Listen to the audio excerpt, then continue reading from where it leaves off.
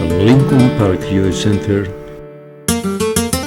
y el Centro de Estudios Judíos Torah de Met del 311 Central Park Avenue de Yonkers, New York, presentan su programa Divrei Torah con el rabino Mani Viñas. Te invitamos a visitar nuestro sitio web www.toratropical.com. Shalom. Para separarlo del tema. ¿Podemos entonces? La semana pasada hablamos de muchos diferentes mekubalim, cabalistas, que eran parte del círculo de Tzfat. Y la razón es porque estamos estudiando el rabinato sefaradita y la filosofía sefaradita individual de los sefaradim y cómo eso afectó al mundo cabalista, etc. Y entramos ahora a la sección que tiene que ver con los mekubalim, pero también tenemos grandes halajistas, como ya estudiamos el Rambam, y estudiamos diferentes, hablamos sobre Rabbi Yosef Karo. Entonces tenemos muchos diferentes niveles de maestros de Torah que vienen del mundo sefaradita, pero estábamos estudiando específicamente en ese área sobre los rabinos que eran parte del círculo de rabinos de Tzfat, del norte de Israel, en el área de los Mekubalim.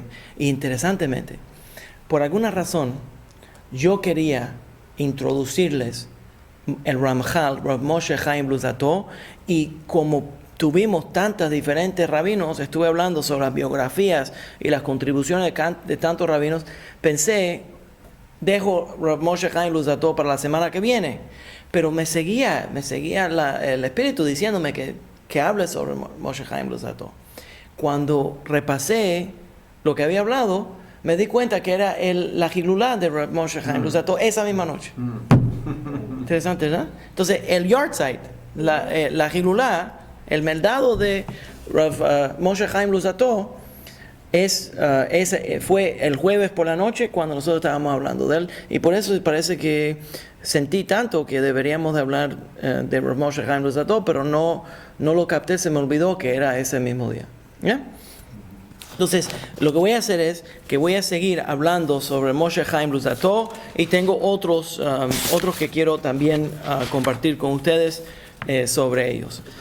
Moshe Chaim Luzzatto, que ya hablamos, que se llama el Ramchal, porque por los nombres, el rabino Moshe Chaim Luzzatto, que era originalmente de Italia, de Padua, el año que nació 1707 al 1746. Uno de los más grandes contribuciones del Ramchal, de Rav Moshe Chaim Luzzatto, que vivió también en Tzfat,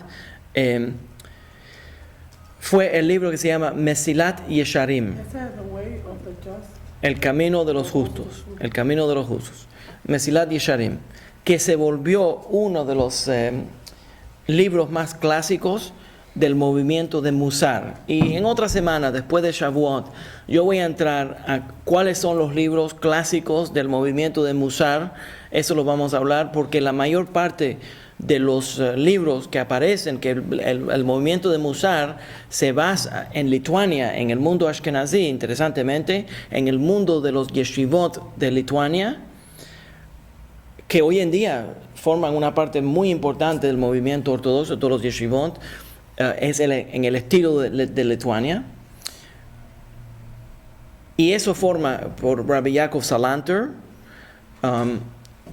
el movimiento de Musar, que es piedad y ética moral, el desarrollo de la piedad y ética moral, y la mayor parte de los libros que ellos usan para el estudio de la ética moral y filosofía, desarrollo de la persona, viene del mundo sefaradita. Lo importaron del mundo sefaradita y eso se vuelve como parte del movimiento de Musar. Y casi todos los que estudian decimos que la razón es que el movimiento de Musar creció en el mundo de los yeshivot de Lituania en respuesta al crecimiento del hasidismo. Entonces, cuando empieza a crecer el movimiento hasídico en el mundo ashkenazí, que se vuelve un movimiento anti elitista, y empieza a enseñar Kabbalah a las masas, entonces el mundo elitista en los yeshivot tiene que responder filosóficamente, porque no pueden nada más estudiar halajá y Talmud. Entonces la gente se están yendo del mundo elitista, de estudio de halajá y de Talmud, atraídos por la filosofía de Kabbalah, que también es sefaradita. Entonces ellos tienen que responder con algún tipo de idea filosófica y empiezan a importar los libros de la ética y moral que desarrollaron en España. Interesante, ¿verdad? Entonces, es muy interesante cómo eso se va desarrollando y eso lo vamos a hablar en otra ocasión. Pero quiero concentrarme en el Mesilat Yesharim porque es un libro clásico de desarrollo de la piedad del ser humano, de la característica del ser humano. Se basa el Mesilat Yesharim.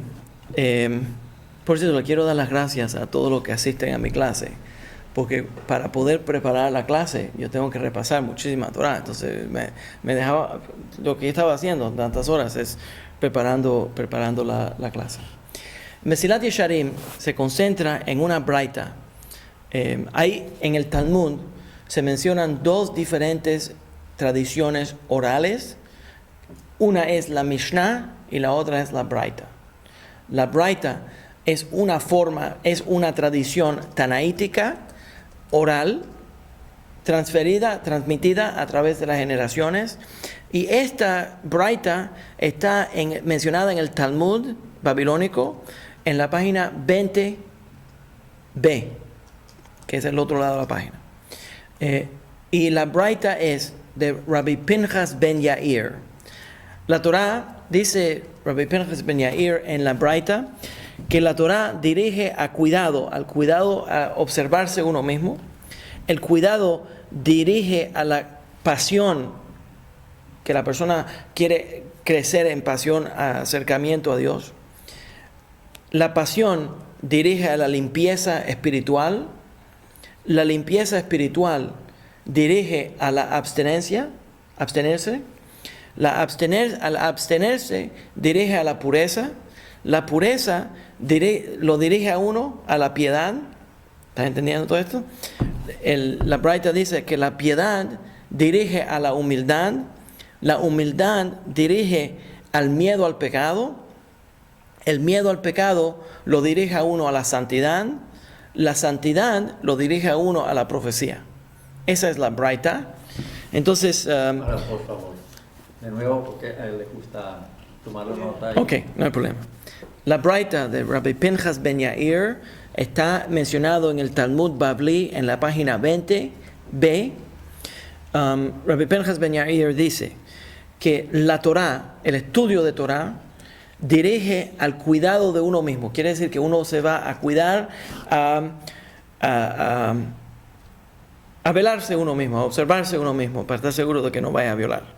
Entonces, ese cuidado dirige a la pasión de acercamiento a Hakadosh Baruj Hu. La pasión lo dirige a uno a la limpieza o pureza espiritual. La pureza espiritual, la limpieza espiritual, lo dirige a uno a abstenerse de los placeres demasiado exagerados del mundo. La abstención de exageración de las pasiones del mundo lo dirige a uno a la pureza. La pureza lo dirige a uno a la piedad. La piedad lo dirige a uno a la humildad. La humildad lo dirige a uno al miedo al pecado. El miedo al pecado lo dirige a uno a ser santo, a la santidad. La santidad lo dirige a uno a la profecía. Esta es la braita de Pinchas ben Yair. ¿Se entendió? Ok. Entonces, lo que él hace es que él escribe el libro entero de Mesilat Yesharim enseñándole a uno cómo tomar cada paso. Y estos pasos por paso lo van desarrollando a uno hasta que uno llega al nivel a donde uno tiene un gran acercamiento con Hakadosh Baruj Hu. 8 pasos. It's Sí. funny that you mentioned that because that's exactly what I'm going through now. Paso por paso. No, y yo he hecho todo esto sin darme cuenta. Oh, wow. It's very important. El Gaón de Vilna, que era uno de los más grandes rabinos de Torah en el mundo ashkenazí, pero en el mundo judío en general, el Gaón de Vilna, dijo que él caminaría a pie, si podría, para besarle los pies a Rav Moshe Chaim Luzzatto por escribir ese libro. Amaba tanto ese libro que dice que es una de las más importantes contribuciones al desarrollo filosófico del pueblo judío, porque básicamente lo va tomando de paso por paso. Cómo uno puede encontrar la humildad, por ejemplo. Cómo uno puede practicar la humildad. Y va dándole ejemplos. Es como un libro de instrucción para desarrollarse uno mismo. ¿Ya? Ok. El otro que quiero concentrarme es, que lo pasamos anteriormente, es Rabbeinu Yonah. Rabbeinu Yonah Gerondi. Gerondi, en hebreo le llaman Gerondi. Rabbeinu Yonah es muy famoso en el mundo de las personas que estudian Talmud. El año, por cierto, es de Gerona, por eso se llama Gerondi. De Gerona, es catalán, año 1263. Y la razón que lo menciono ahora es que cuando hablamos del movimiento de Musar, uno de los libros más populares del movimiento de Musar es un libro escrito por Rabbeinu Yonah Gerondi.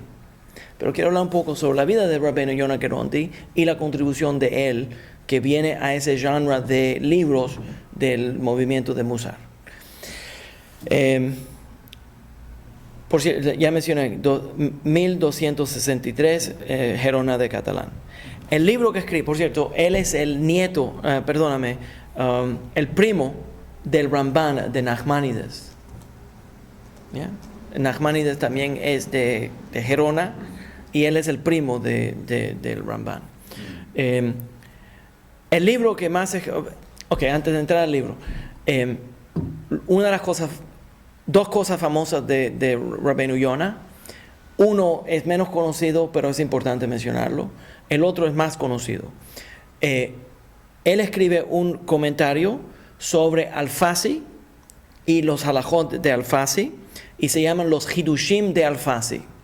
Cuando escribe los Hidushim de Alfasi, él se concentra, Alfasi ya lo hablamos anteriormente, pero Alfasi se concentra en compilar y condensar la ley. La forma que él condensa la ley es uno de los primeros códigos de ley judía. Alfasi en Marruecos coge páginas y páginas de Talmud, las pone condensadas y llega al final de la halajá. Entonces describe el proceso halágico de cómo determinar la ley y te da el final de la ley.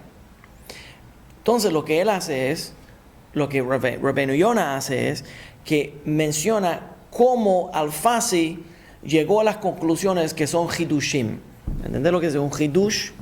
Es cuando un rabino introduce algo nuevo o lo introduce en una forma que es nueva, que nadie anteriormente lo presentó de esa manera. Eso se llama hidush. Right? Y cuando uno empieza a estudiar Torah, uno empieza a estudiar Talmud, en los yeshivot, cuando uno presenta una forma nueva de entender la idea, titchadesh, algo especial. Entonces siempre la gente quiere encontrar un hidush, algo nuevo para una contribución. Entonces él escribe los hidushim de Alfasi.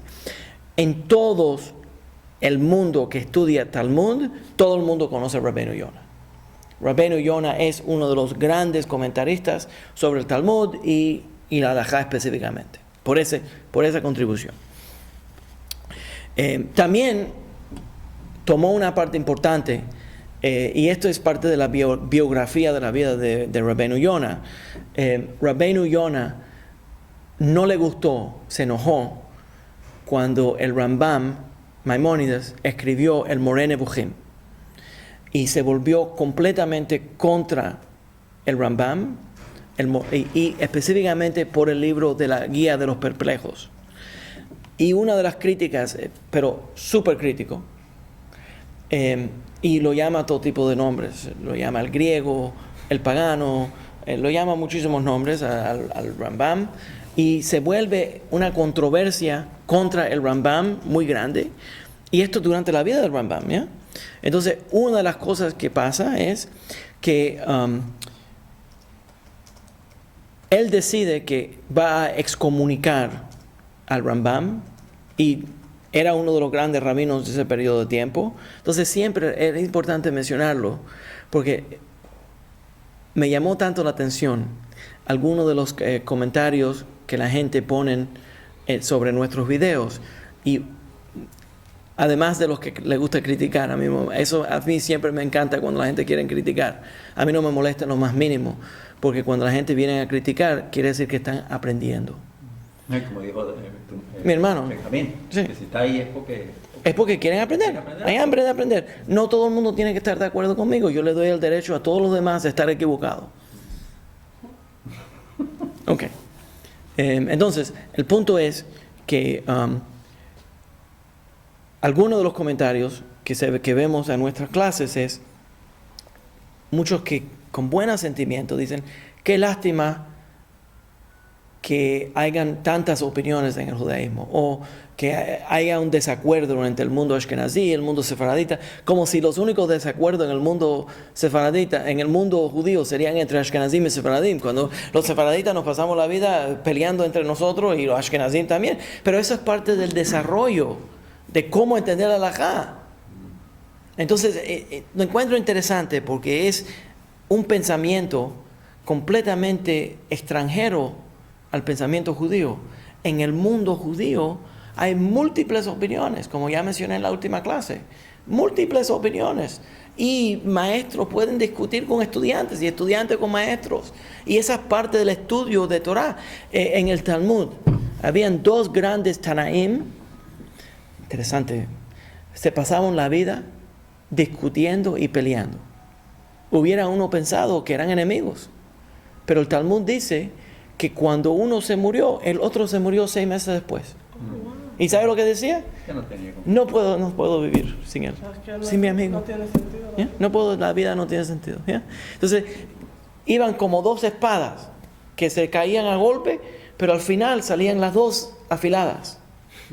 ¿Ya? Entonces, eso es parte del diálogo del judaísmo. El judaísmo es una religión muy abierta. Es interesante porque las otras religiones siempre quieren una opinión, que es la opinión de la dogma, que es lo que es aceptado por las autoridades de la religión.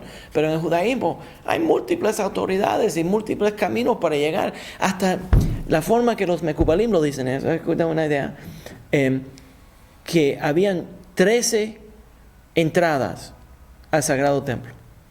13 entradas al Sagrado Templo. Una para cada tribu, y el número 13 para cualquiera que quiera entrar. Es decir, que cada uno usa su propio camino, pero al final llegan al mismo templo. Perdón. No, que yo digo que esa es una buena táctica para uno desarrollarse. Es un proceso así que uno se desarrolla. Exactamente. Porque si yo contradizco lo que tú dices, me voy a buscar información para seguir, y entre más información busco, más me busco y más crezco, sí, y más aprendo. Exacto, pero también te demuestra otra cosa, y eso es que el judaísmo es intelectualmente honesto. En todas las demás fe que yo he estudiado, las demás religiones, me encuentro que las religiones te piden que aceptes todo en fe. Y entonces a cierto punto dicen: no, eso sería blasfemia preguntar esa pregunta. Pero en el judaísmo no es así. En judaísmo cualquier idea podemos explorar, y hay múltiples opiniones para llegar a la conclusión. Okay. Pero el punto es que entre las cosas que Rabbeinu Yonah hizo, se pasó un poco por su propia admisión y declaró que el Moreh Nevuchim se debería de quemar. Y tuvieron el rabinato de Gerona, reunieron todos los libros que podían encontrar escritos por Rambam y los quemaron. Quemaron todos los libros del Rambam y lo declararon absolutamente blasfemia, no se suponía que uno lo estudie, etc. En el año 1242 ocurrió el juicio del Talmud. Se me debería mencionar el juicio. ¿Qué es el juicio del Talmud? los sacerdotes católicos se reunieron con un apóstata que salió del pueblo judío a convertirse al catolicismo de su propia fe, de su propia creencia, y acusó al Talmud que era un instrumento del diablo y que el Talmud era lo que limitaba al pueblo judío de aceptar la luz del cristianismo. Los sacerdotes católicos hicieron una gran juicio a donde repasaron el Talmud y forzaron a ciertos rabinos a ir allá a defender el Talmud. Pero limitaron lo que los rabinos podían decir y cualquiera que hablaba lo acusaban de blasfemia, y al final encontraron al Talmud culpable y decidieron que todas las copias del Talmud en Francia se reunieran y las pusieron en la entrada de la catedral de Notre Dame y quemaron allí cientos de copias del Talmud. Ahora, es importante mencionarlo porque lo terrible de esto es que no habían imprentas en esos días. Entonces, todas las copias del Talmud eran hechas a mano. Entonces, coger copias de libros y quemarlos ahí delante a la entrada de la catedral de Notre Dame fue una gran pérdida. Y los rabinos declararon un día de luto y de ayuno, enlutados por la destrucción del Talmud. Ahora, menciono esto también porque está relacionado a la experiencia de Rabbeinu Yonah, pero también quiero mencionar que eso ocurrió a través de los siglos en Europa, cuando la gente entraban y destruían el Bet Midrash, la casa de estudio de los judíos, y se llevaban y quemaban los libros y se llevaban una o dos copias. ¿Y a dónde terminaron todos estos libros? En la librería, en la biblioteca del Vaticano. En la biblioteca del Vaticano hay una sección enorme sobre el estudio de Torah, y ellos tienen allí copias de libros que nosotros no tenemos. ¿Ya? Ellos tienen copias de libros de estudio de Torah que nosotros no tenemos acceso, porque ellos destruyeron todas las copias de esos libros y se llevaron una sola copia o dos copias al Vaticano. Incluso, por cierto, existió durante este periodo de tiempo un grupo de sacerdotes que estudiaba Torah, y cada vez que el pueblo judío iba a publicar un libro, ese grupo tenía que editar y aprobarlo. Y si encontraban que un judío había producido un libro sin ser editado por ese grupo, lo mataban, hacían todo tipo de cosas. Entonces, una de las copias que sabemos es que el Talmud también fue editado por ese grupo de sacerdotes. Y en la biblioteca del Vaticano existen copias del Talmud antes de ser editado. Wow. En el año 1968 entró un rabino, ahora se me olvida el nombre de él, pero entró un rabino que le permitieron estudiar en la biblioteca del Vaticano, pero no tomar notas. Entonces este rabino tenía una buena memoria y entró y buscó secciones del Talmud que nosotros sabemos que fueron editadas. Y algunas de ellas fueron porque estos grupos de sacerdotes decidió que esa sección del Talmud tal vez estaba hablando sobre el Dios de ellos, el hombre Dios de ellos. Y entonces editaron esas secciones. ¿Ya? Entonces él publicó un libro que se llama Yotzrot Min HaTalmud. Yo tengo una copia. Yotzrot Min HaTalmud, que es lo que le sacaron al Talmud. ¿Ya? Entonces, muchos libros tenían ese tipo de cosas. También, por cierto, en el siglo XIII, XIV, se formó una ley en Francia, en Italia, en España, a donde cuando la gente escribía en un libro, se tenía que decorar, porque se escribía a mano el libro, ¿no? Entonces era escrito en pergamino. ¿Y cómo se le dicen a las decoraciones que le ponen? Un libro decorado. Tenían pintores que la gente pintaban, entonces te ponían una portada bonita, ¿no? Pasaron una ley que los judíos podían escribir libros pero no podían pintarlos, no podían decorarlos, y tenían que pagarle a los pintores, artistas plásticos del mundo gentil para que ellos sean los que lo hagan. Entonces le cobraban muchísimo dinero. Entonces uno de ellos, yo lo vi, salió en los años 80, salió... Iluminaron manos. Iluminar, exacto. Exacto. Gracias al que ¿quién fue? Samuel, gracias. Entonces, para el final de los años 80, salió una exhibición que se llaman Manuscritos Judíos del Vaticano. La colección del Vaticano de los manuscritos judíos, que son todos robados, por cierto, la mayor parte. Entonces, y salieron a exhibirlos. Imagina que yo te robe el reloj y me lo ponga aquí. Entonces, pero salieron a exhibirlo, y entre ellos está el Sefer Ahava. Sefer Ahava, que es el libro de amor que escribió, el libro de las leyes de amar a Dios, que escribió el Rambam.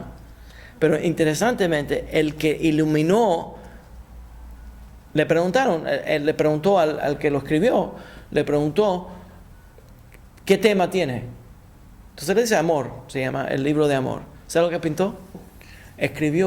Pintó dos knights, como dicen, Caballeros. dos caballeros atacándose para el amor de una mujer. Oh my God. Interesante, ¿no? Yeah. Entonces se ve que no entendían lo que estaban pintando, pero pintaban. ¿Ya? A ver, una pregunta. Ellos le sacaron al Talmud, pero jamás le añadieron nada. No. Ok. All right. Pues, ¿cómo ocurrió el juicio del Talmud en el año 1242? Por cierto, cuando murió el cardenal Lustiger, que era el cardenal de París, el cardenal Lustiger fue un niño judío, que 3 niños en la familia, él, su hermano y su hermana, cuando los padres se lo llevaron para los campos de concentración. Antes de eso, los padres encontraron una familia católica, varias familias católicas, y pudieron esconder a sus hijos dentro de esas familias católicas para salvarle la vida. Y esas familias fueron tan buenas que los aceptaron y cuidaron a esos niños. Los padres nunca retornaron. Los otros 2 hermanos de él retornaron al judaísmo después de la guerra. Él se quedó, porque había estudiado catolicismo, se quedó y se volvió cardenal. Interesantemente, cuando él murió, lo enterraron dentro de la catedral de Notre Dame. Y me impactó que cuando traen la caja de él, lo ponen a la entrada de la catedral de Notre Dame. Y el hermano de él, porque parece que él dijo que él quería que alguien diga Kaddish. Entonces, a la entrada de la catedral de Notre Dame, el hermano de él, que se ha quedado fiel al judaísmo, dice Kaddish. Pero interesante que allí, a donde se quemó el Talmud, es a donde lo enterraron a él. ¿Cómo es que es el apellido del cardenal? Lustiger. Lustiger.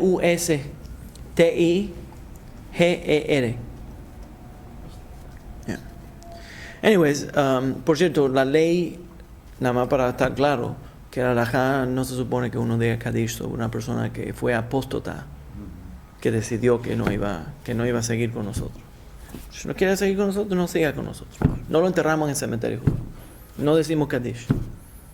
No hacemos Shiva. Ni siquiera parte. No. Pero él de todas maneras tuvo la oportunidad. ¿Te quieres ir? Shuvah. Irte. Vete. Él tuvo la oportunidad de hacer Shuvah. Sí, y decidió que no le va a hacer.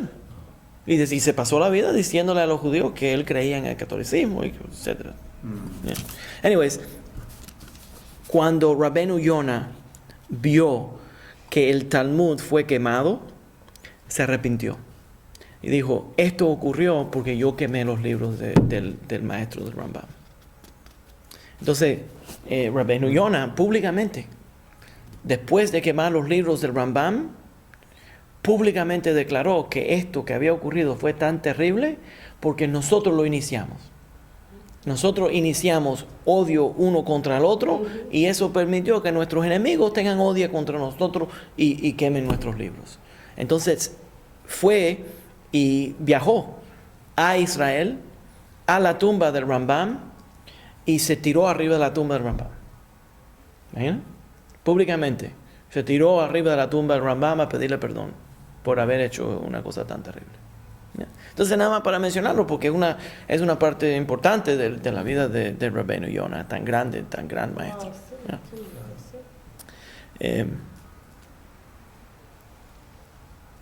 Ahora, déjenme mencionarles un poco sobre el Sha'arei Teshuvah de Rabbeinu Yonah. Antes de entrar a lo de Sha'arei Teshuvah, quiero mencionarle porque cuando una persona estudia Torah, estos son nuestros amigos. Rabbeinu Yonah es un gran amigo mío. Nosotros, es un personaje, aunque murió en el año 1263, pero es un gran personaje. Te dejó a tu amigo Eliyahu Bar Yonah. Me dejó a mi amigo Bar Yonah. Pero ¿se entiende la idea? Entonces, todavía se ve el personaje que es, ¿ya? Una persona que estudia Torah y que decide, me equivoqué, fallé, y hace Teshuvah. Entonces, no solamente él escribe un libro que se llama Sha'arei Teshuvah, que son las puertas de la Teshuvah, sino vive su vida de acuerdo con lo que él dice que él va a vivir. Entonces sabemos que ese es un gran maestro de Torah. ¿Ok? All right. El libro de Sha'arei Teshuvah es uno de los más clásicos del mundo de Musar. Va pasando paso por paso cómo hacer Teshuvah, cómo identificar el pecado, cómo confesar el pecado, cómo tomar los pasos para no repetir el pecado, cómo alejarse, qué es lo que quiere decir la Teshuvah, y va pasando por diferentes descripciones de la Teshuvah. Ahora, hoy en día, cuando nosotros nos sentamos a leerla, primeramente es una obra increíble, tremendo detalle, explica y es emocional porque va explicando el daño que le hace el pecado a la persona, que le va, entre las cosas que lo describe, que le va poniendo que no puede sentir, ¿cómo se dice? Cuando algo no puede sentir, entumeciendo, va entumeciendo al corazón. ¿Ya? Él dice, cuando la Torah habla de los castigos que Hashem va a darnos si no hacemos los mitzvot o si hacemos averot, una de las cosas es que nuestro corazón se entumece. Entonces dice él que los averot, que eso es uno de los productos de los averot, del mal, de los pecados, que va entumeciendo el corazón, no va permitiendo que el corazón sienta. ¿Cómo se arregla ese problema en el corazón? Estudiar Torah. El estudiar Torah va dándole energía espiritual y dándole luz a la persona para que la persona empiece a crecer. Entonces, tiene mucho detalle sobre eso. Pero la razón que es tan importante es porque es el primer libro que se dedica a Teshuvah. Y de ahí empiezan todos los libros que hablan de Teshuvah. ¿Y lo conecta con las Ripot? ¿Sí lo conecta con Algunos, pero lo más importante es simplemente qué es Teshuvah, cómo funciona el vidui, el confesar los pecados, cómo dejar atrás los pecados, cómo hacer tikkun por el pecado. Entonces, una de las cosas es cómo corregir un pecado. No pregunto. ¿Se entiende la idea? Déjame terminar la idea. Cómo corregir el pecado, porque entonces dice él que hay ciertos mitzvot que deshacen el daño de los averot. O sea, la persona hace un mal y si hace ciertos mitzvot puede deshacer ese mal. Entonces, yo tengo un problema con el lashon hara. No hable de la shonara porque no puedes hablar mal de ti misma.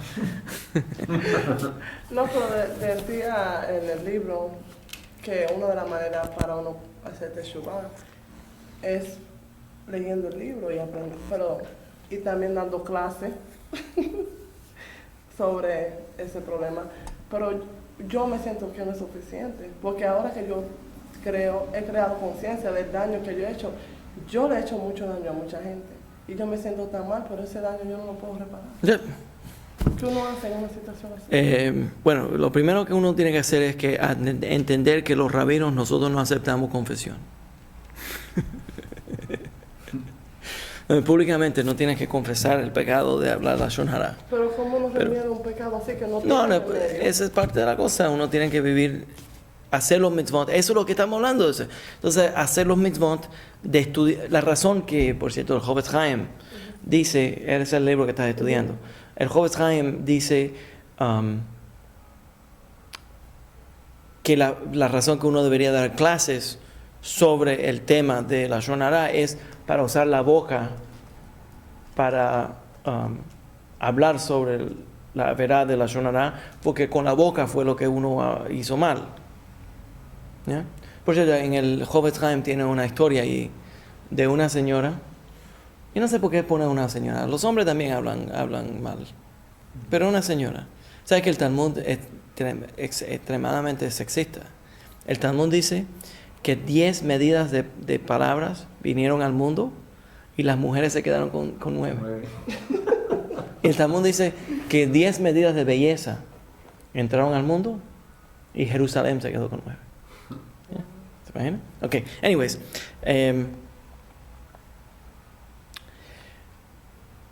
Se supone que hay ciertos mitzvot que son metaken, que arreglan el pecado. Entonces, habían por mucho tiempo, por ejemplo, en los Hasidei Ashkenaz, eso es otro tema para otro tiempo, pero eso no es del mundo que estamos estudiando separadita.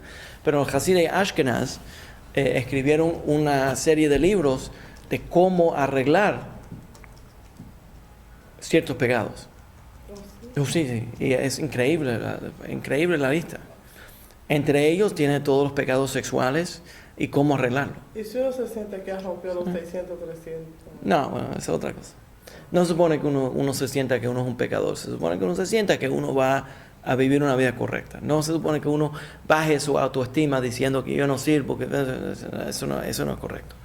Uno sí sirve y uno sí hace mitzvot. A veces cogemos el camino mal y a veces cogemos el camino correcto, pero no quiere decir que uno es malo. Intrínsecamente uno no es malo. Okay.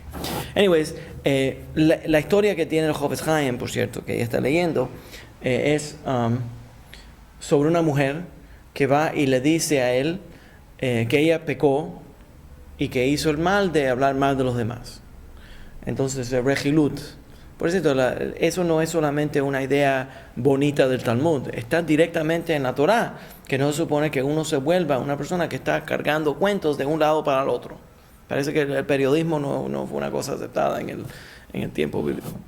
Pero entonces dice que ella fue y le dijo al rabino, yo he pecado, he hecho la averá de la Shon Hara, ¿cómo puedo corregirlo? El rabino le dijo, está bien, yo puedo corregirlo.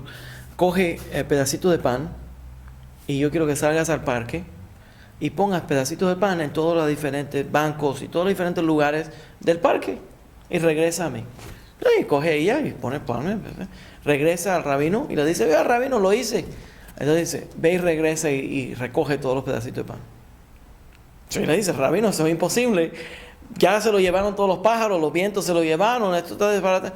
Ese es el problema con la verdad de la Shon Hara. Cuando hablas mal de alguien, lo sacas ahí, ya salió al aire, se desparció y ahora ¿cómo lo vas a recoger? Pero hacemos lo mejor posible. ¿Ya?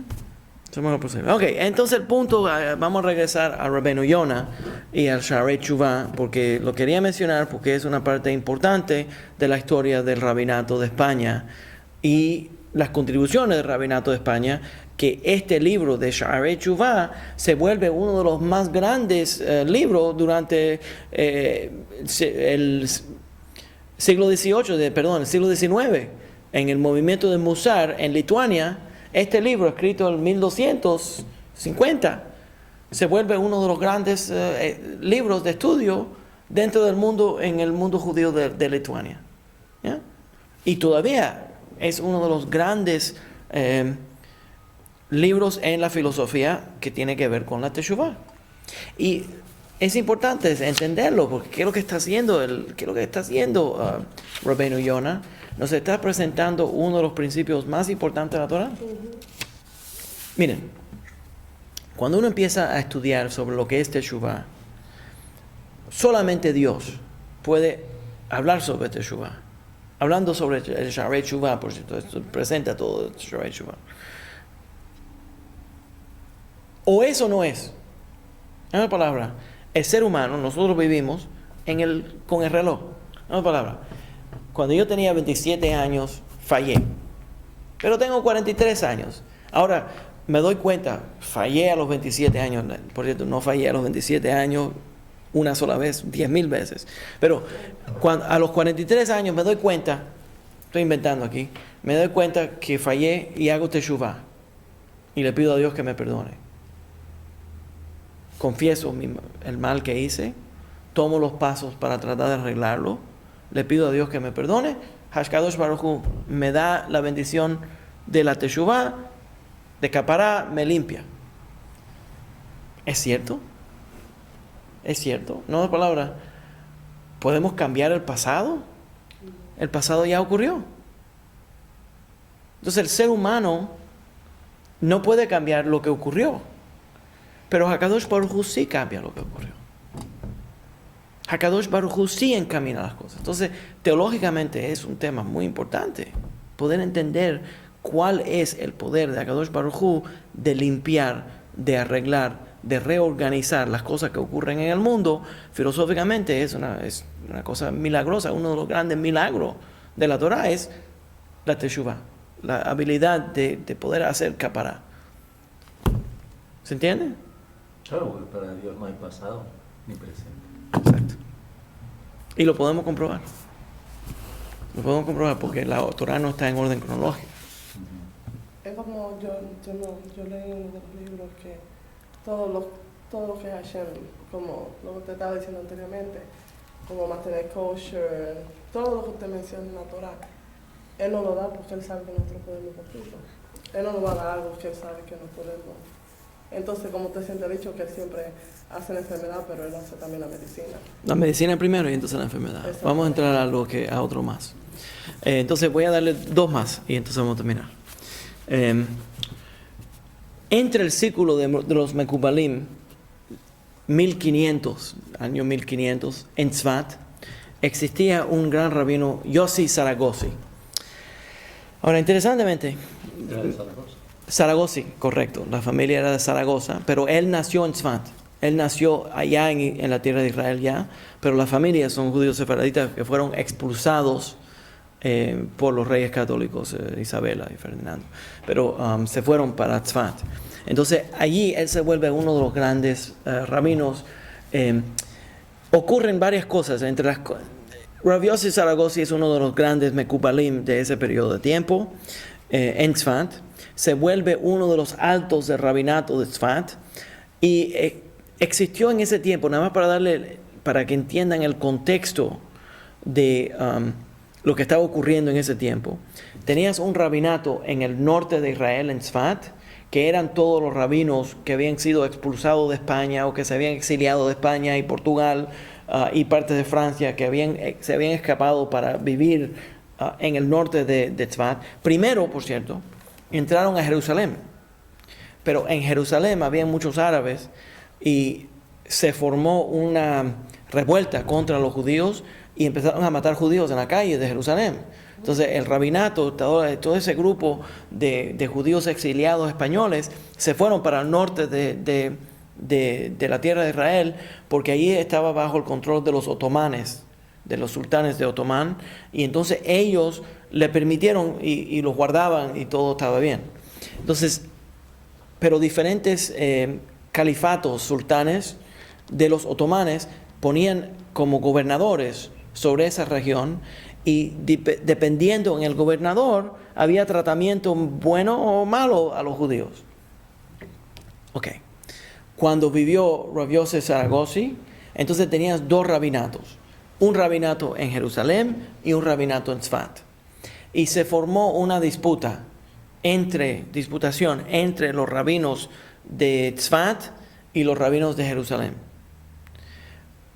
sobre cuál año era Shemitah, cuál año se tenía que dejar todas las fincas para que descansen, es decir, como dice, el séptimo año. Okay. Entonces, entre la discusión, opinó Rav Yosef Saragosi y los rabinos de Tzfat una opinión y los rabinos de Jerusalén opinaron otra. Esperaron a ver, todos los judíos de la tierra de Israel aceptaron la opinión de Rav Yosef Saragosi y Tzfat en lugar del rabinato de Jerusalén. ¿Ya? Era tan popular este círculo de rabinos de Tzfat que superaban a los rabinos de Jerusalén. ¿Ya? Por cierto, ahora para que estamos mencionando este periodo de tiempo, deberíamos de mencionar que hay muchísimos judíos que todavía son descendientes de lo que se llaman los Yerushalmi, que son los judíos sefaraditas que hablan latino en algunas partes, que han vivido por siglos en Jerusalén, en la ciudad santa. Y yo conocí a algunos de ellos, que todavía hablan un poco de latino, hablan un poco de español. Me ocurrió a mí en el norte de Israel, cuando nosotros fuimos a Israel. Ahora, yo estoy estudiando Torah todo el tiempo en hebreo, pero la Torah que yo estudio en hebreo es hebreo antiguo. Entonces, cuando estamos en Israel, yo me rompo los dientes tratando de hablar en hebreo. Pero hablo en hebreo críptico, ya antiguo, de los años bíblicos, ¿no? Entonces, rentamos un carro y nos vamos para el norte de Israel, para Tzfat, y paro a comprar gasolina. El estudio de halajá es muy diferente que leer cómo comprar gasolina. Voy a la gasolinera y quieren un código. Yo sé que me está pidiendo un código, pero yo no sé qué tipo de código, porque está usando... y nadie hablaba inglés. Y entonces voy allá y todo el mundo tratando de... ¿Qué idioma? Tratando de preguntarme qué idioma. Entonces, al final, un señor que estaba allí, sefaradita, hablaba un poco de español porque sabía latino. Entonces me explicó, pone cualquier número que tú quieras, no importa la máquina. Pero es muy interesante.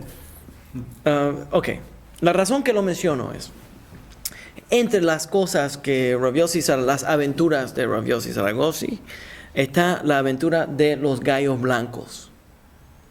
Y este fue uno de los milagros, de lo más interesante de Rav Yossi Saragosi, pero no ocurre durante la vida de Rav Yossi Saragosi, sino ocurre después de la muerte de Rav Yossi Saragosi. Y todavía en Tzfat tienen la tumba de Rav Yossi Saragosi y hay muchísimos gallos y gallinas que andan por el cementerio, caminando y picando por el cementerio cerca de la tumba de Rav Yossi Saragosi.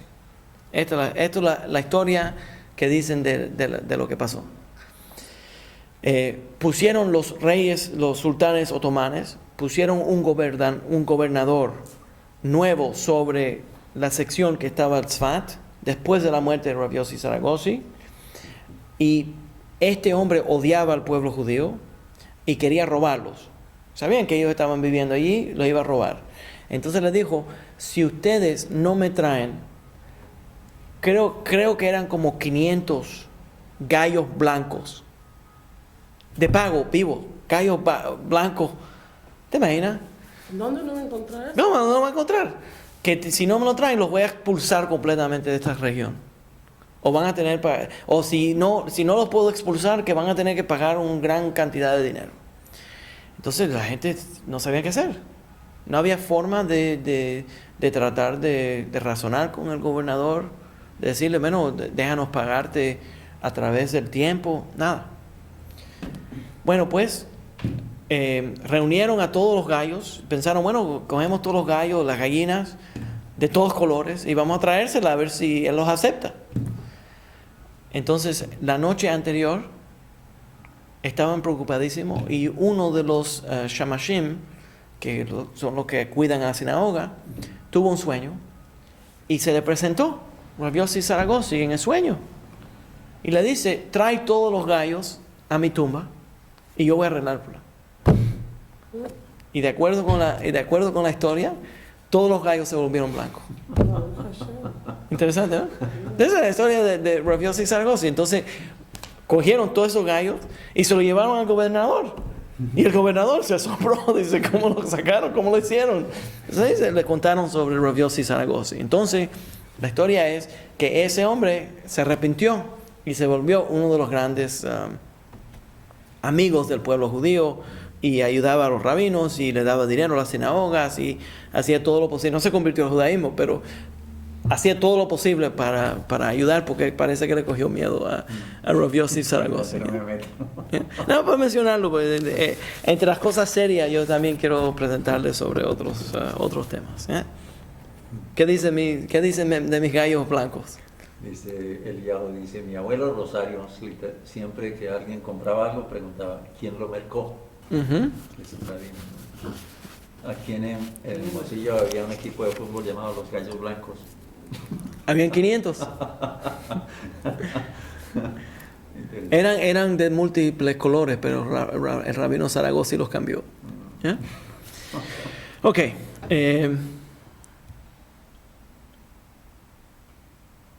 Ok, vamos a cambiar un poquito más. Otro libro que quiero mencionar, dos más voy a mencionar y entonces voy a parar. Se llama el Me'am Lo'ez, y mucha gente lo estudia, mucha gente lo conoce. El Me'am Lo'ez es una gran colección. Nosotros lo estudiamos aquí un año entero. A cada parashá de la semana, sábado por la noche, estudiamos el Me'am Lo'ez. El Me'am Lo'ez, por cierto, hay una buena traducción al inglés y también al español por Aryeh Kaplan, que tradujo el Me'am Lo'ez no del hebreo, pero del latino. Empezado, no lo terminó completamente, pero fue Rav Yaakov Kuli. Rav Yaakov Kuli.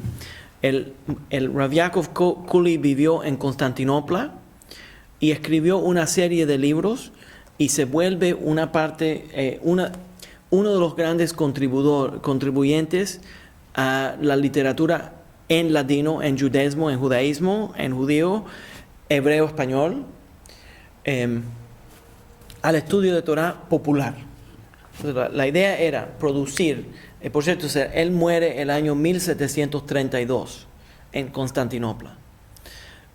Murió joven.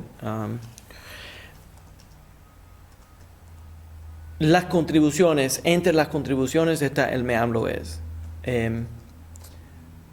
¿Cuál es la idea? La idea era producir una serie de libros para enseñarle Torah a los judíos que hablaban español, para retornarlos al judaísmo y ayudarlos a acercarse al judaísmo.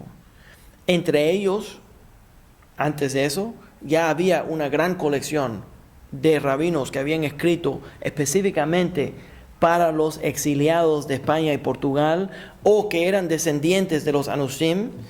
Entre ellos está Abu Abda Fonseca y Menashe Ben Israel. Menashe Ben Israel en el año 1654, que escribió una serie de libros. Entre ellos está Tesoro dos Dinim, el Tesoro de las Leyes, el Mesías de Israel. Está El Conciliador, que es tremenda obra de Menashe Ben Israel. Tan famoso era que Rembrandt, el pintor, hizo un portrait, pintó a Menashe Ben Israel, ¿ya?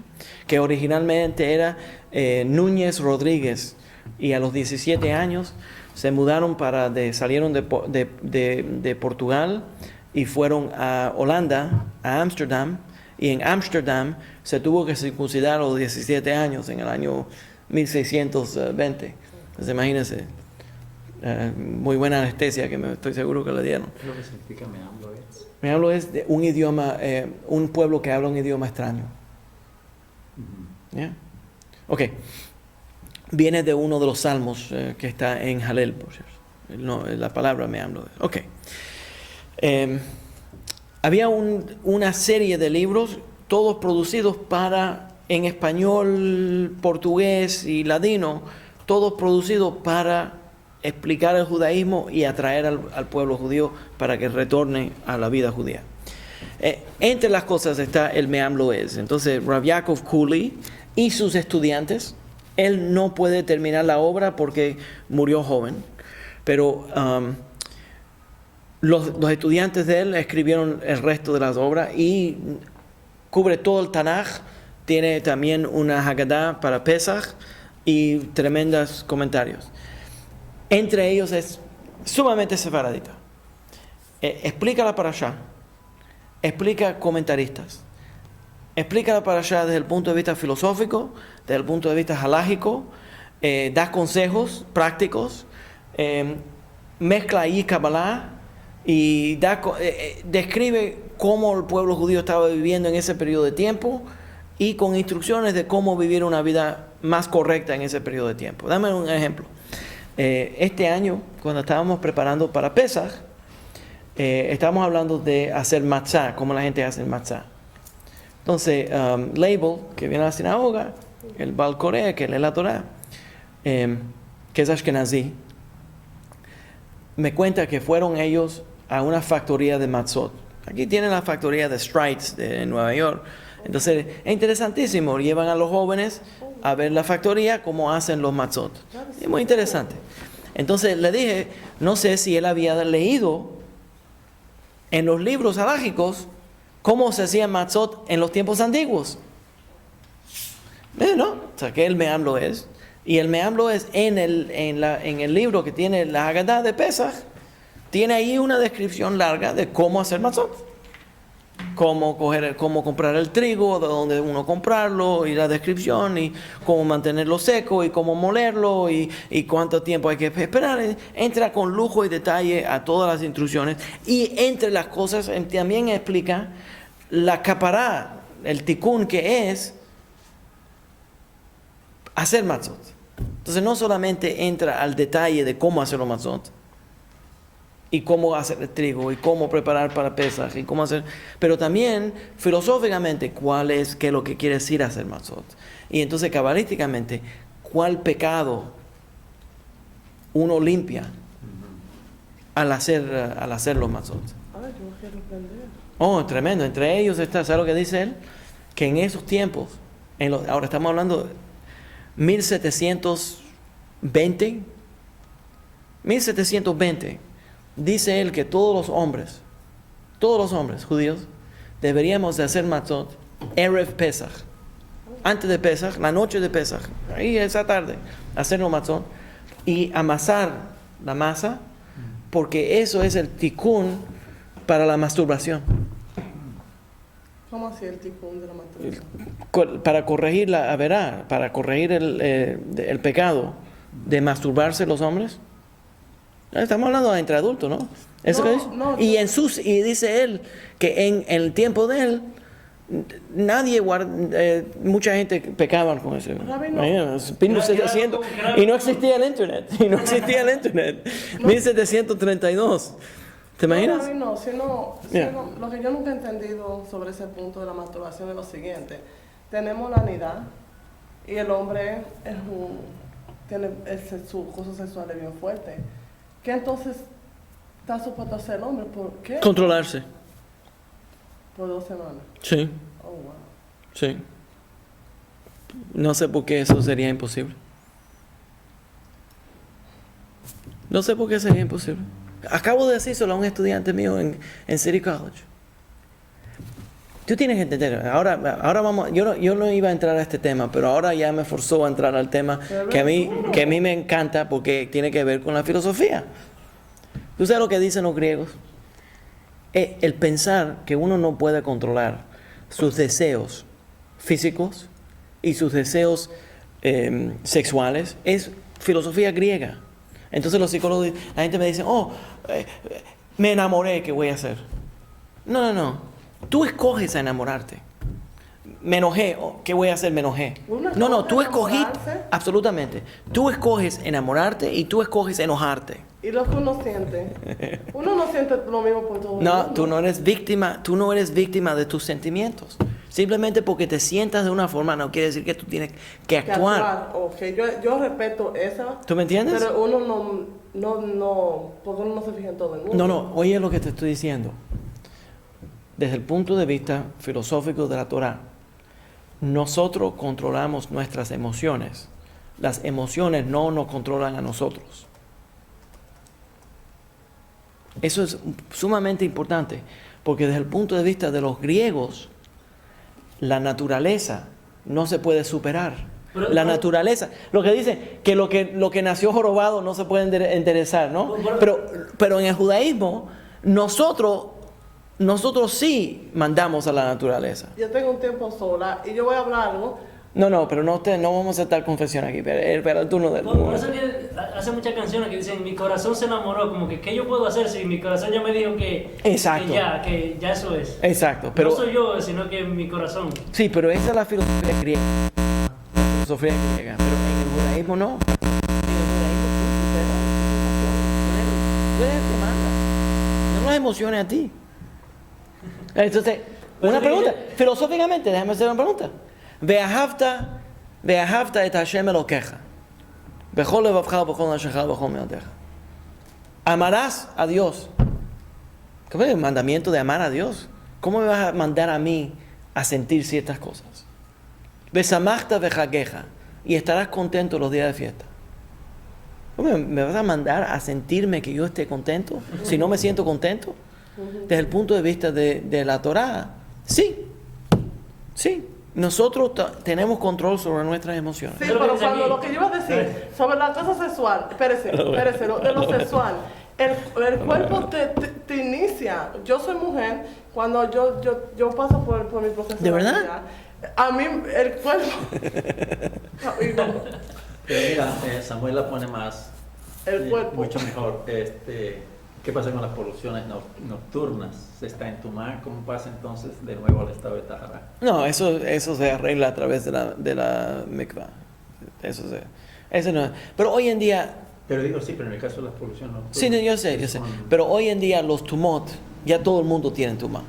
Entonces ya hoy en día eso no hay que ir a buscar una solución a esa tumá. Eso es, en general, nosotros lo aprendemos, por cierto, del hombre que tenía tzarat, la marca del tzarat.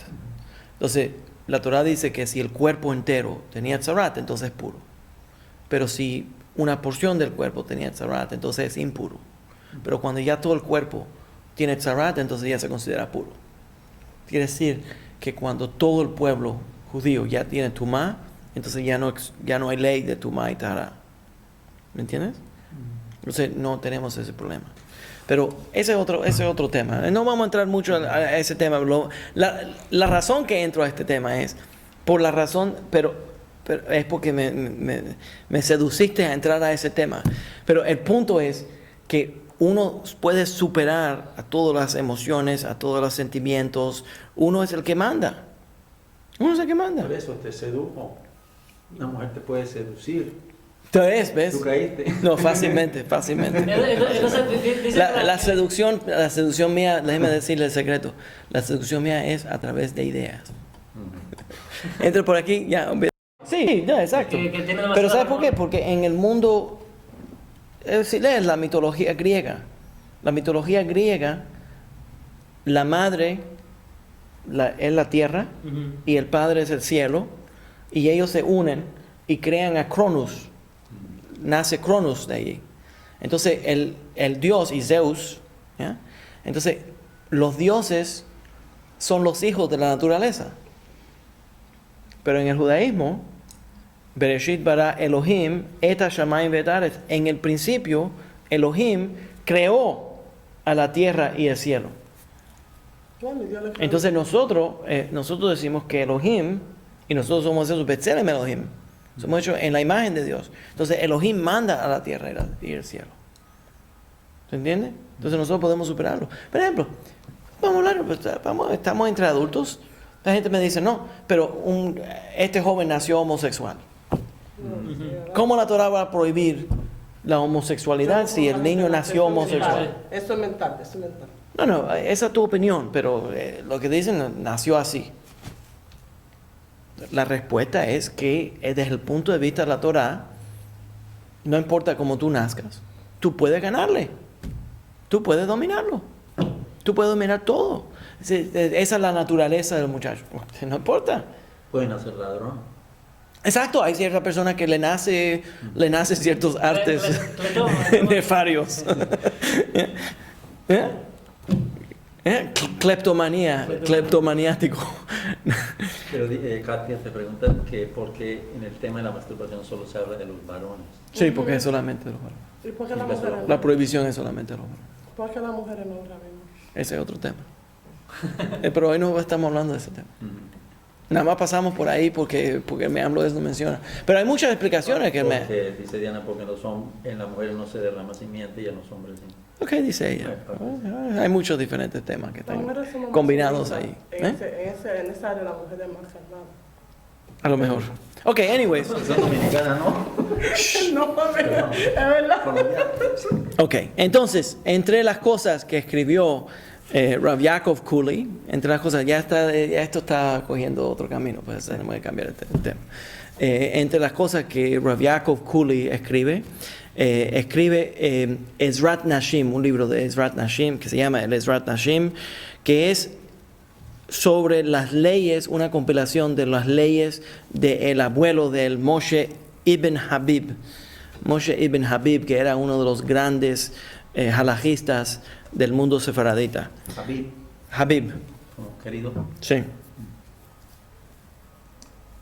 ¿Ya? Y entonces escribió también otros libros sobre Teshuvah, pero es una de las grandes contribuciones al mundo de estudio sefaradita. Y si pueden estudiarla para allá de acuerdo con el Me'am Lo'ez, altamente lo recomiendo, porque ahí tiene todo, tiene halajá, tiene filosofía, tiene kabbalah, tiene de todo ahí incluido, y es una enciclopedia de libros, ¿ya? Tiene todo el Tanaj, por cierto, tiene comentarios sobre todo el Tanaj. Ok, el otro que quiero mencionar, y en esto vamos a parar hoy, es el gran rabino Eliezer Papo, P-A-P-O. Nacido en Sarajevo,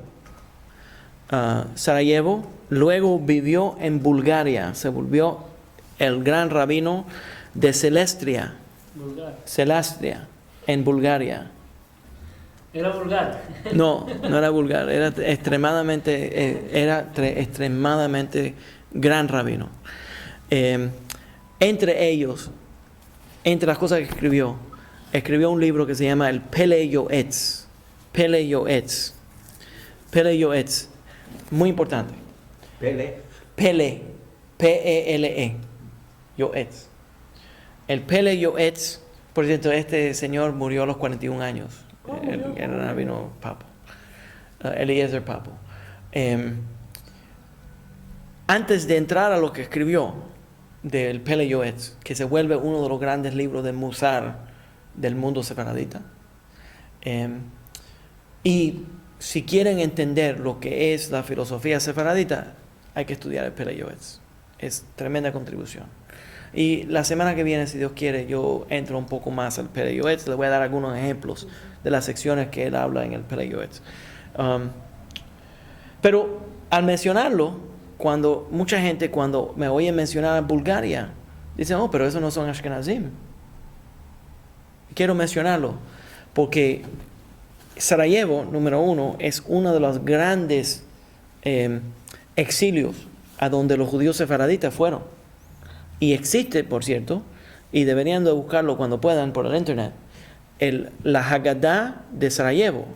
No sé si conocen, mis amigos, sobre la Haggadah de Sarajevo, pero es uno de los libros más antiguos, escrito a mano, que salió de España con los judíos expulsados de España en el 1492 y entró a Sarajevo y estaba durante la guerra de Bosnia, sobrevivió los nazis, sobrevivió muchísimas guerras y es extremadamente, le da mucho honor el gobierno de Bosnia, le da mucho honor y lo preservan el libro de la Haggadah de Sarajevo. Y entre ellos está todo el texto de la Haggadah sefaradita y tiene muchísimos dibujos. Y algunos de los dibujos, en vez de dibujar a las personas haciendo Algunas tiene personas, pero en otras partes tiene pájaros. Dibuja pájaros haciendo la Haggadah. Oh, wow. Es más interesante, ¿eh? Entonces, este es la Haggadah de Sarajevo y es uno de los más importantes. Y muchos judíos en Bosnia, Herzegovina, en Bulgaria hablaban español, hablaban latino y eran descendientes de los judíos sefaraditas de España. Yo tengo una familia aquí, en la sinagoga, que el apellido de ellos son de Bulgaria originalmente y la familia son Gateño, que eran judíos españoles, y la otra parte de la familia Gateño está viviendo en Israel y eran una familia grande de rabinos, eran la familia Gateño de rabinos, ¿ya? Entonces, esta es parte de la cosa, ok. Dice Samuel que el Museo de España trató de comprarla a la Haggadah de Sarajevo por 700 millones Sí. al gobierno de Sarajevo. Wow. Sí. Y 700 millones. no.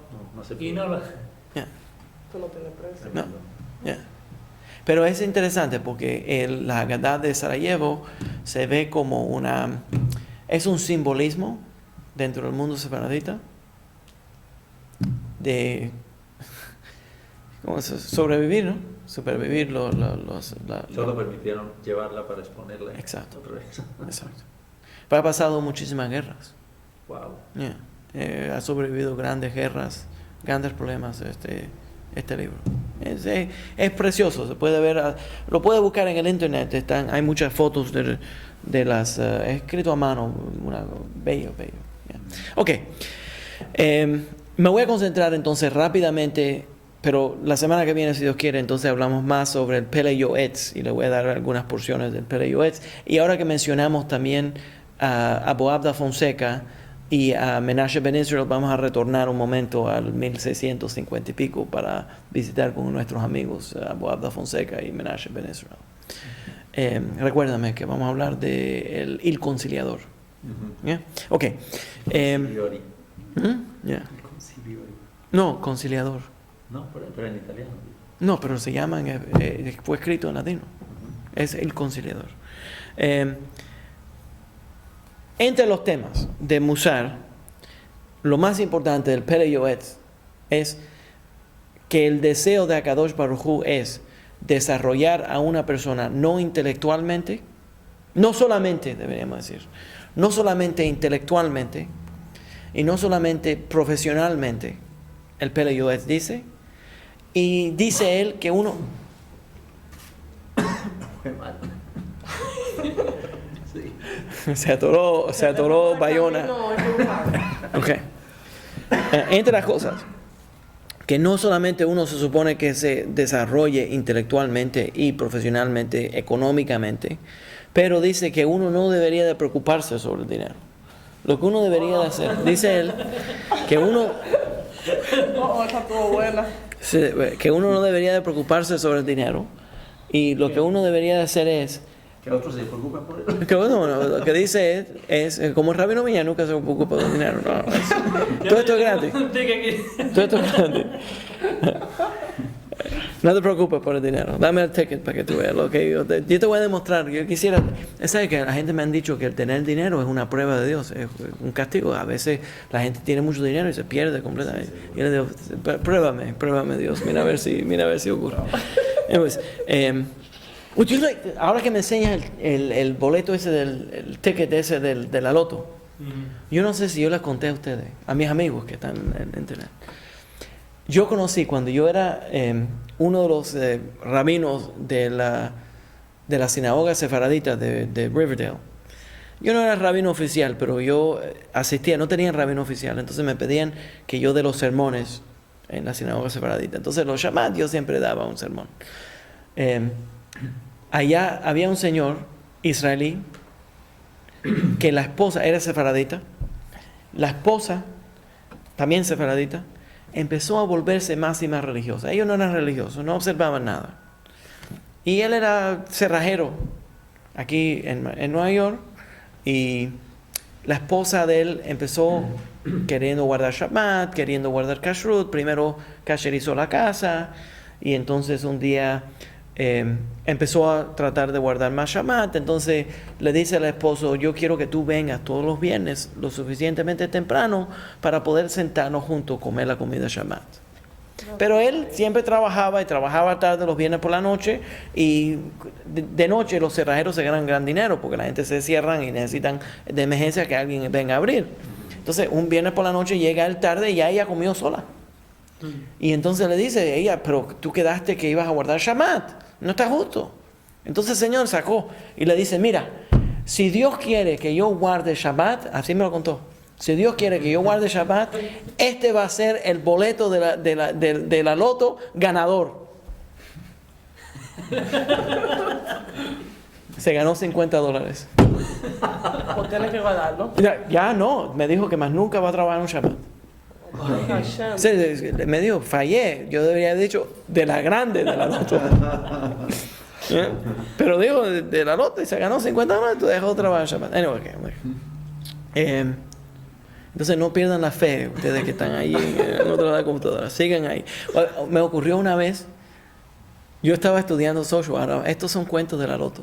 Mira, estamos en el tema de la loto. Pero vamos a regresar al tema de la Torah, no se preocupen. Otro tema relacionado al tema de perder el hilo y desviarse. Cuando yo estaba estudiando en la yeshiva, nosotros teníamos un truquito. Teníamos un juego, los muchachos. Entonces el rabino estaba dando su clase de Talmud o de la Alajá, y nosotros teníamos, ¿quién puede desviar al rabino del tema? Y nosotros nos sentábamos en el salón y tratábamos de desviarlo. Y entonces él cogía y se desviaba del tema y hablaba sobre el tema que nosotros lo desviábamos, y entonces se daba cuenta y regresaba al tema original. Pero a veces se iba por 10, 15, 20 minutos en el tema que nosotros lo desviábamos. Y nosotros creíamos que lo estábamos engañando a él. Pero después de un rato nos dimos cuenta que él era el que estaba ganándonos a nosotros. Porque cuando se desviaba del tema, de todas maneras hablaba de Torah. Entonces nosotros también estábamos aprendiendo Torah, porque era de otro tema. Yo entré, compré estaba comprando un ticket de la loto. Y me dice, yo estaba en una clase en la universidad y había un pastor bautista que estaba en la misma clase conmigo, y me ve comprando me mira con un desprecio a la salida, me dice, yo no puedo creer lo que yo he visto. Me sorprendí, que lo que hice fue, hice algo mal, o sea, apesto algo, hice algo mal. Entonces me dice, yo no puedo creerlo. ¿Qué es lo que hice? Me dice, tú tienes tan poca fe que yo te vi a ti comprar un boleto de la loto. Entonces, al revés, mira la fe tan grande que yo tengo. Mira la fe tan grande que yo tengo. Que entre los millones de chances de que yo pueda salir, yo compré un boleto. Entonces se río. Anyways. Right. El tema es que dice Rav Eliezer Papo que uno no debería de preocuparse por el dinero. Una palabra. Lo que uno se tiene que dar cuenta, dice Rav Eliezer Papo, que Dios es el que controla la cantidad de dinero que uno va a ganarse en la vida. Y todos los años, Él decide, Rosh Hashanah y Kippur, en ese periodo de tiempo, Él decide cuánto uno se va a ganar ese año. Entonces dice Él, bueno, entonces ¿por qué yo voy a trabajar? Si ya Dios decidió que me voy a ganar $500,000 ese año, ¿por qué yo tengo que ir a trabajar si ya me lo gané? Entonces dice, no, la razón es porque uno tiene que encontrar una forma para permitir que Dios te dé el dinero que Él decidió que te lo va a dar. En una palabra, Dios hoy en día no va a hacer milagros abiertamente, va a hacer milagros a través de una naturaleza. Entonces, cuando uno va a trabajar, es Dios que te está dando el dinero, pero tú abres el camino a través del trabajo. Interesante, ¿no? Entonces dice él que uno lo que debería hacer es concentrarse no en ganarse dinero, no en ser profesional, no en ser una persona popular. Entonces, lo que uno tiene que hacer es concentrarse y perfeccionar su relación con Dios. Cuando uno va y perfecciona su relación con Dios, entonces todo lo demás va cayendo, va entrando en camino también. Como dice, viene por allá. Exacto. Si de todas maneras la fuente de todo es Akadosh Baruj Hu, es el Santo, bendito sea. Entonces, nos concentramos y nos desviamos tratando de arreglar este problema, y perdemos nuestro contacto con la fuente de donde todo eso viene. Entonces dice, no se concentre tanto en lo demás, concéntrese más en profundizar su conexión con Kadosh Baruj Hu, y entonces todo lo demás también viene. Pero a través de la Torah. A través de la Torah. Entonces dice él, por cierto, ahora mencionarlo aquí, que no es solamente a través de la Torah, sino dice Eliezer Papo en el Pele Yoetz que uno se debería de dejar de guiar por los rabinos. Una palabra, y la Torah dice plenamente que en cada generación van a haber líderes, y uno cuando tiene que llegar a hacer decisiones, que uno debería de ir a los líderes de esa generación a pedirle guianza. Entonces uno debería de dejarse guiar por el rabinato, y especialmente el rabino Viñas. No, él no lo dice así. Bien, entonces la semana que viene les voy a dar un poco más sobre Rav Yaakov Kuli, algunas piezas sobre el Me'am Loez, algunos ejemplos, un poco más sobre el Pele Yoetz, y también mencionar algunos de los rabinatos de Holanda, de Ámsterdam, de Menashe Ben Israel y Abu Abda Fonseca. Yo creo que yo no he entendido la forma de manejar el dinero, porque cada vez debo más y debo más. No te preocupes. No te preocupes.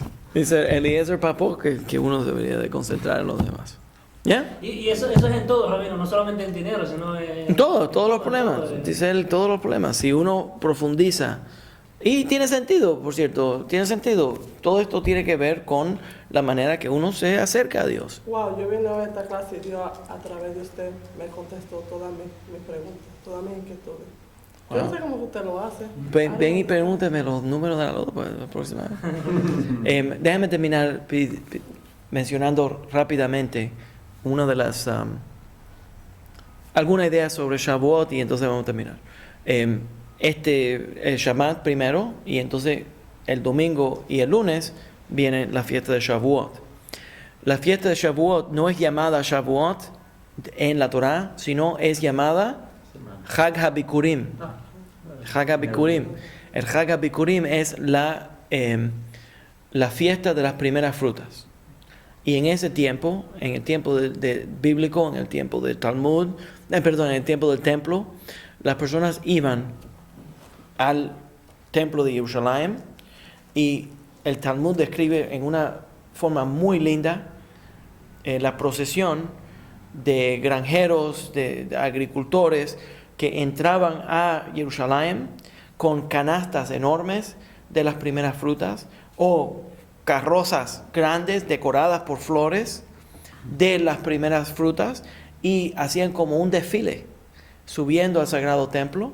Y la gente, sabiendo que venían judíos de todas partes del mundo, que lo acercaban entrando a Jerusalén, se paraban en las calles a recibir a la gente, a los agricultores, que entraban con estas carrozas grandes llenas de flores y de frutas, que estaban subiendo al sagrado templo, y cantaban, ¿te imaginas? En las calles de Jerusalén la gente se paraban. Qué lindo sería poder verlo, ¿no? Entonces la gente se paraba en la calle y le cantaban a los agricultores cuando subían, ¿ya?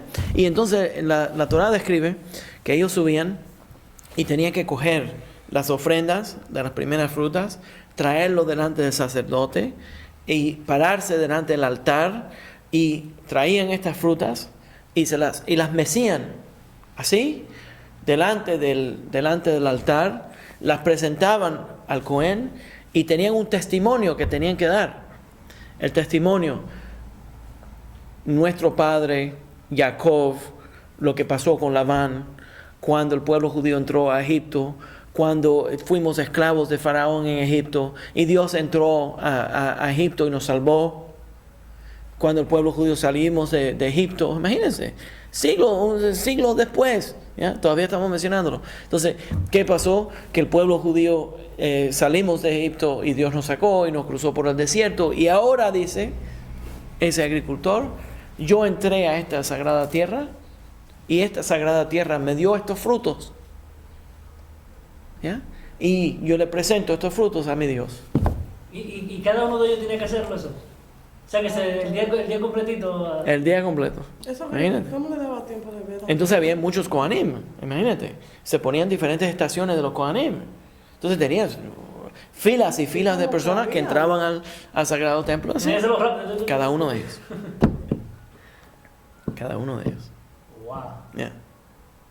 Entonces, Hag HaBikurim es esta fiesta. Y hoy en día, desafortunadamente, no tenemos el Sagrado Templo. Lo que tenemos es una. Entonces, lo que tenemos hoy en día es celebramos la aceptación de los 10 mandamientos. Es tremendo. Ahora, tiene sentido, interesante, porque la Torah es un instrumento tan humilde de que no dice que la fiesta de Shavuot es la celebración de la aceptación de la Torah, sino enfócate sobre las frutas de la tierra de Israel. Pero no se autodeclara como el día de la llegada, de la entrega de los 10 mandamientos. Y los rabinos tienen muchos comentarios sobre esto. Uno de ellos es que nunca terminamos de recibir la Torah, es constante. No podemos escoger una fecha en la cual recibimos la Torah. Yo vi la luz en ese día, no. Estamos constantemente viendo la luz, ¿no? Recibiendo la Torah. Esa es una. Otra es que la Torah es tan humilde de que no se celebra ella misma. ¿Ya? La Torah femenina, porque entonces que ella no se celebra ella misma, sino se celebra al pueblo judío. ¿Cuál es el enfoque de toda la Torah? Es darle al pueblo judío reconocimiento, no que ¿te me entiendes? Entonces esa es una. Pero al fin, lo único que nos queda hoy en día, porque no tenemos el Sagrado Templo para traer los Bikurim, tenemos la celebración de la entrega de los 10 mandamientos, la aceptación de los 10 mandamientos. Interesantemente, algunos rabinos dicen no. ¿Sabe por qué? Porque la Torah es el primer fruto, Eso que yo estaba. la primicia. ¿Ya? Y yo estaba pensando, Eso está conectado. cuando ellos hacen el vidú, que se confiesan, es para que tú reconozcas y valorices lo que Hashem ha hecho por ti. Yeah. Te hace más positivo y te recuerda y me dice, oh, wow. Yeah. Bueno, pero es desde el sábado de la noche que amanecemos, ¿no? El sábado por la noche. La costumbre es, sí, quedarse toda la noche estudiando Torah. Quiero mencionarles, por cierto, hace 2 años, cuando el sanitation, departamento que recoge la basura, Sanidad. sí, que recoge la basura, se fue a la huelga aquí en Yonkers. Entonces yo me llevé toda la basura para botarla en el dump, donde la ciudad guarda, donde la ciudad lo todo. Me pongo a conversar con alguien y el señor es un hombre que siembra árboles de fruta, un agricultor de árboles de fruta. Entonces cuando se dio cuenta que yo era rabino y el hijo de él es policía, entonces me regaló una mata de fresas, de cherries. ¿Es fresas? No es fresas. Sí, no es cereza, no. Cerezas, esa es la palabra. Esa es la palabra. Me regaló, pero no había dado nada el año pasado.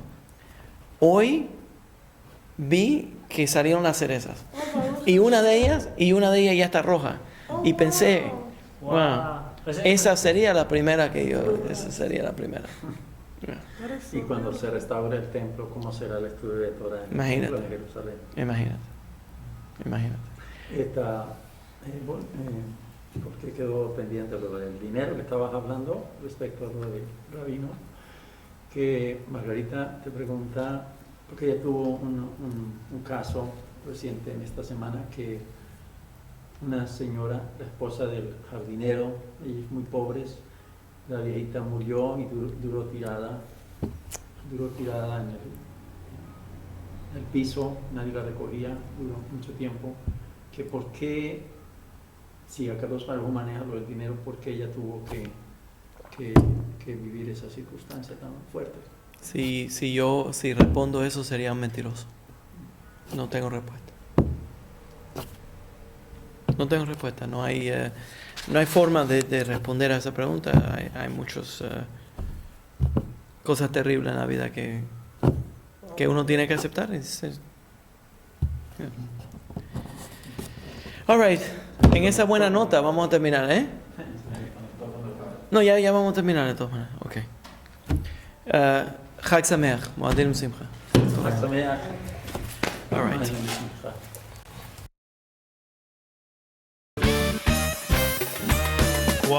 El Lincoln Park Jewish Center y el Centro de Estudios Judíos Torah de Met del 311 Central Park Avenue de Yonkers, New York, presentaron su programa Divrei Torah con el rabino Mani Viñas.